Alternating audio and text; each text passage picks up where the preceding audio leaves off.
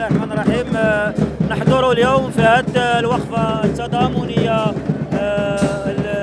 مع تضامنا مع الشعب الفلسطيني في هذه المحنة ديالو، في هذه الإبادة الجماعية اللي كتمارس عليه من طرف أمريكا ومن طرف إسرائيل ومن طرف الدول الأوروبية المساندة له.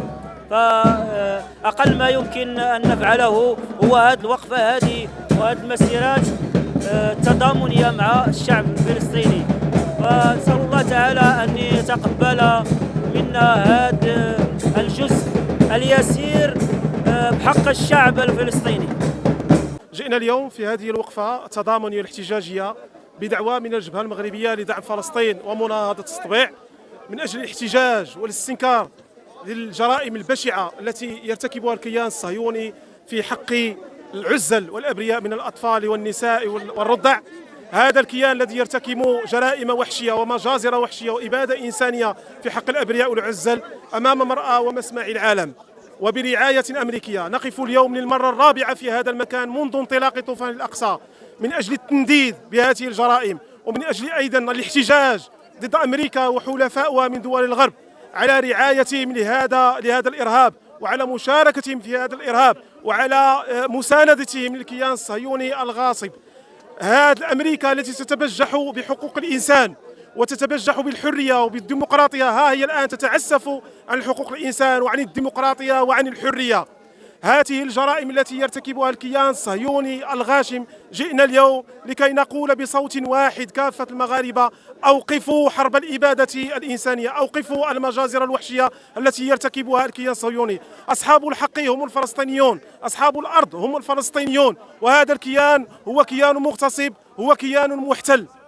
من خلال هذه الوقفة نبلغ رسائل كثيرة، من بينها نطالب الدولة المغربية بإسقاط التطبيع وبفسخ كل اتفاقيات العار مع هذا الكيان الصهيوني، لأن هذا التطبيع وويلاته يعتبر جريمة ويعتبر مشاركة في هذه الإبادة التي يرتكبها هذا الكيان في حق إخواننا في فلسطين.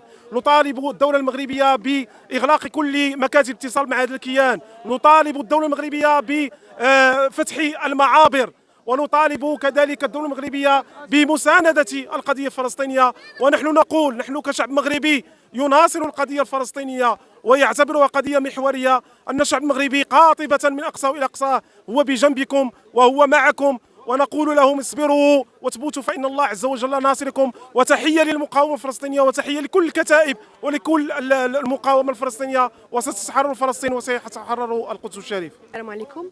سعدية الولوس، الجبهة المغربية لمساندة فلسطين وضد التطبيع. جينا اليوم في كازابلانكا حدا القنصلة ديال الامريكان باش زعما نبينوا بين ما هادشي اللي كنشوفوا دابا في غزة وهاد المجزرة وهاد القتل وداكشي لو جينوسيد هو ما يمكنش يكون الا ما كانش هاد القنصلة كتساند وكتمول وكتعطي السلاح وكتفينونسي هاد الجينوسيد. دونك ما يمكنش نسكتوا على هادشي. كنبينوا بين هاد الدولة اللي كتقول راسها زعما ديمقراسي وسميتو داكشي، ضروري زعما نبينوا بين ما راه ما كاين لا ديمقراسي لا حقوق الانسان لا والو مع هاد الدوله. وجينا نقولوا لقينا زعما المهم واحد الانزال خيالي ديال السلطات المغربيه وديال الامن. المهم احنا ما غنسكتوش على هذا الامر في الجبهه، وغنبقاو زعما نقولوا بين ما هادشي ماشي معقول، والامريكان خصنا نشوفوا كيفاش نقاطعوا المنتوجات ديالها.